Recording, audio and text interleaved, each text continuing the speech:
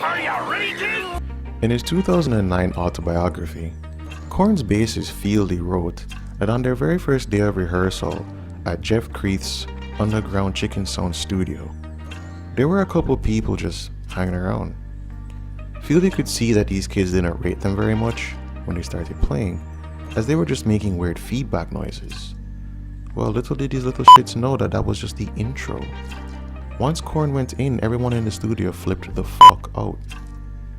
Not only had they never heard anything like that before, they had never seen a performance like that before. That Korn rehearsal was essentially a free concert. The world was finally introduced to Bakersfield's best.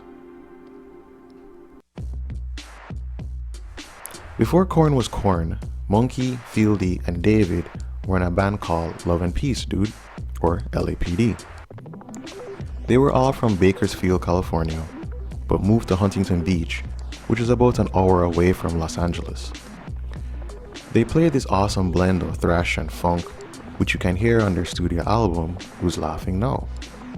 The album is available on YouTube, and it really blew me away the first time I heard it.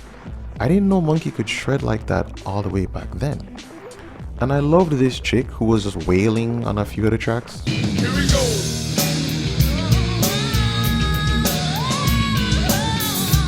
Great. Their vocalist, Richard Morrill, had a great voice, and you could hear Anthony from the Red Hot Chili Peppers was a major inspiration. So LAPD had a record deal with XXX Records, but it was a pretty crummy deal that only allowed enough money to record the album. There are some conflicting reports on what happened next and why, but here's what the sources are saying.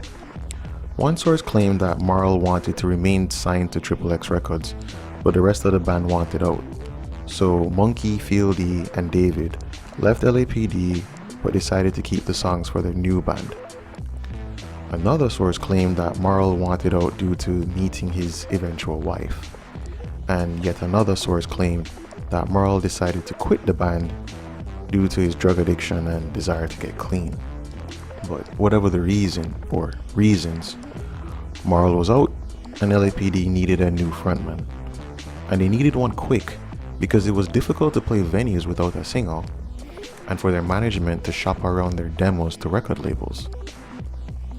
Now, during this time, Jonathan was in a band called Sex Art with Ray Solis on guitar, Dennis Shin on drums, Ryan Shook on guitar, which that name probably sounds familiar because he's the guy who went on to form Orgy, and David DeRue, who would later play bass for Demo.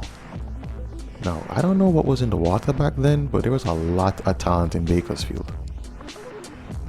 The only song that Sex Art released was called Inside, and it featured Videodrone's Ty Elam on main vocals, with John Davis doing backing vocals and the vocals on the tail end of the track. So I suggest you give this track a listen, and you'll definitely hear the industrial metal vibe which would later be known in Orgy, as well as the brooding dark heaviness that Davis brought to the table. Also, the bass is so slappy in that song. Yeah. So you're probably wondering, where the hell was Head at this time? Well, he was in Bakersfield trying to work things out with his girlfriend at the time. Initially, he was in a band called Pierced with Head's old friend JC, disappointingly not Jesus Christ, Fieldy, and a dude named Ron. They played one show together and then Ron quit because he was about to be a dad.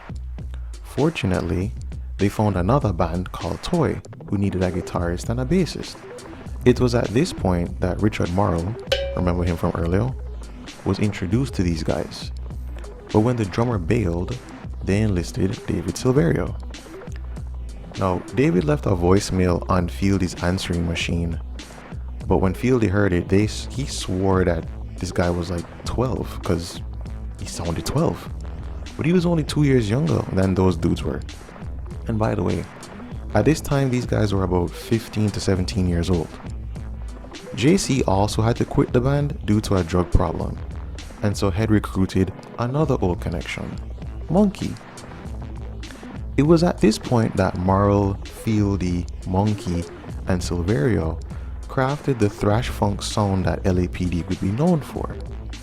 Head might have played in LAPD if he liked funk, which he did not. It just wasn't his thing.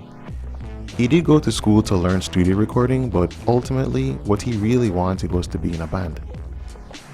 In a lot of ways, Head was the major catalyst for LAPD's existence, and Korn's existence.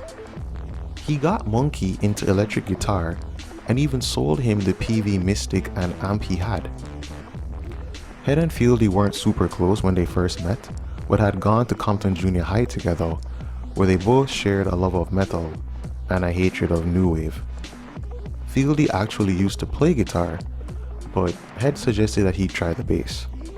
As Head put it in his 2007 autobiography, he wasn't that bad of a guitar player actually, but he also wasn't that good. He just didn't have what it took to play in a band. So I said, man, you need to pick up the bass. There are less strings and you can probably handle it better. And thank God he made that suggestion, because Fieldy's now a bass legend. He met Silverio when he auditioned for Toy, and he remembered Jonathan as this kid that Fieldy ran over with a 3-wheeled ATV. What's even weirder is that Fieldy's mom used to babysit John, which begs the question, what kind of fucking babysitting was she doing? Anyway, when Marl left LAPD and Head was about to move back to Bakersfield after touring and partying with the LAPD crew, Fieldy asked if he wanted to be in the band, and Head agreed. No more of that funk crap. With Head joining the band, they now went by the name Creep. They initially had a dude named Corey who had a Lane Staley air about him, but it didn't work out. This was when John Davis joined forces with these four. So how did that happen? Monkey and Head went home to Bakersfield to visit family and friends, and they watched a few bands at a nightclub. They listened to several acts, but just as they were about to leave, there was one more act to go. Sex Art. They decided to watch and listen, and saw what Head described as a skinny little twig for a singer, shaking with uncontrollable intensity. He looked like a stick figure, like a scarecrow. He was amazing to watch already, and he hadn't sung a note. This really was sex art, because according to Fieldy, John was on stage fully decked out as a drag queen. But of course, once he sang, they knew they found their guy. But they didn't approach him. Fieldy was the one who got in touch with him and basically gave him this whole spiel about how they were about to be signed, there was a management deal on the table, and a worldwide tour ready and waiting. I'm surprised he didn't offer him his firstborn child. Head remembers this differently. He claimed that David was the one who got a hold of Jonathan. Regardless, John agreed to audition, and when John arrived, Fieldy was put off by John's choice of apparel. But once they started jamming together, Fieldy was desperate for John to join the band. They all knew that they had struck gold. After consulting with a fortune teller who told him that it would be beneficial to join the band, John walked away from his career as a coroner's assistant and as the lead singer of Sex Art, and moved to Los Angeles to join forces with Fieldy, Head, Monkey, and David in 1993.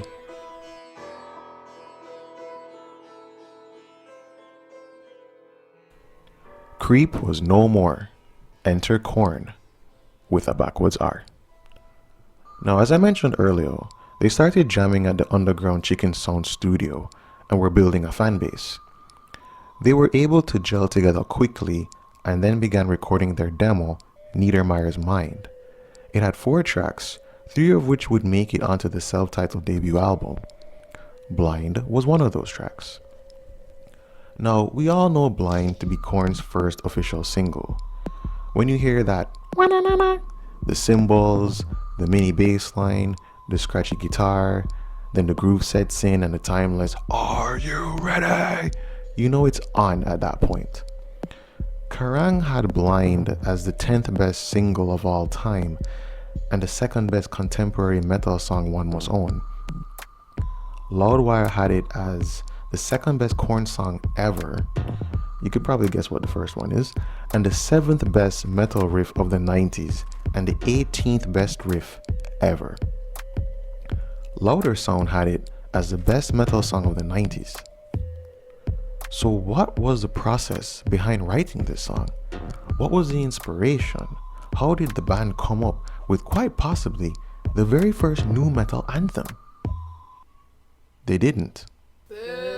Allow me to explain. Now, when you look at the producer credits for Korn's debut album in 1994, you don't see the writing credits for each track. Online, the writing credits for Blind are just the 5 guys in Korn. However, when you look at Korn's Greatest Hits Volume 1 compilation, you see the names Dennis Shin and Ryan Shuck, 2 of the dudes from Sex Art, in addition to the Korn Quintet. So as it turns out, Blind was initially a Sex Art song that Shin, Shuck, and Davis wrote. So it's not as if Davis stole it or anything like that. Shin also got a writing credit for Alive. But this is where things get weird. In an Instagram post Shin made on November 13th, 2018, he gave some confusing or misleading information. Initially, Shin wrote that after Davis left Sex Art, Davis approached him for help to write lyrics for the Niedermeyer's Mind demo. But Shin claimed that he wrote all of Blind, the music and the vocals. He went on to say that Blind and Daddy, which at the time was called Follow Me, were completed songs before Korn began. But he thanked Korn for representing the music for all these years. Okay, so here's why this is either confusing as fuck or misleading as fuck. If Shin wrote the track all on his own, then why did Ryan Shuck get a writing credit for the song on the Greatest Hits Volume 1 album? Also, by saying that Blind was completed makes it seem like he wrote all of the song and the guys in Korn merely played what he wrote, which is not the case. There's a Sex Art trailer on YouTube featuring band footage, random audio, and audio snippets of their version of Blind, where you can clearly hear the initial groove and the "Are you ready?" But there is some stuff that doesn't sound recognizable at all. In addition to that, the intro we know and love isn't there. You know, as a matter of fact, the version of Blind on the demo tape is itself different from the final cut that was on the self-titled debut. So if you want my opinion, I'm glad that Jonathan repurposed the song with Korn. Sex Art unfortunately didn't hit the big time and we would have lost Blind. Or to be more precise, Blind as we know it wouldn't even exist. I think Shin and Shuck should have gotten their writing credit from the get-go. You know, it's only fair. Unfortunately, they did receive it. And Shin also got a writing credit for Alive, which was released on the Take a Look in the Mirror album, but was initially on the Niedermeyer's demo. So maybe it's just the decades-long bias, but I can't imagine Blind being an industrial metal or grunge song and sounding better than what Korn did with it. I can't imagine it having the same heart and guts. Blind is a nu metal anthem, probably the first one ever. When the members of Creep turned Korn linked up, they knew they had struck gold. Or should I say diamond, as the self-titled debut album went on to sell 10 million copies worldwide. And John Davis, with the service of Blind, helped to excavate the nu metal diamond in the old metal rough. The track captures the darkness that Korn would ooze into rock and even pop history, as well as the darkness a lot of us know intimately. They capture the anguish of needing to hide from the world, not knowing how to navigate through it, and the fear that it may spell the end of your life. We owe Korn and Sex Art, and even LAPD, not only for the sonic excellence, but also for inspiring the bands to come who also channeled interpersonal darkness into sound. Obviously, they weren't the first to do this, but thanks to their work, they certainly weren't the last. Thanks for watching.